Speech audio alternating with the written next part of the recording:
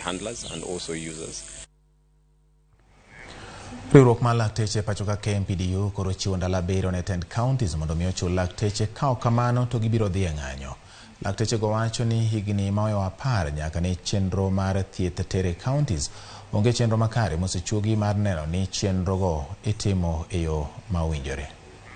The healthcare providers are not prioritized, and that's why as we speak we have those who work in the independent commissions, the police and the teachers, having not experienced the salary delays that the people in the counties are experiencing.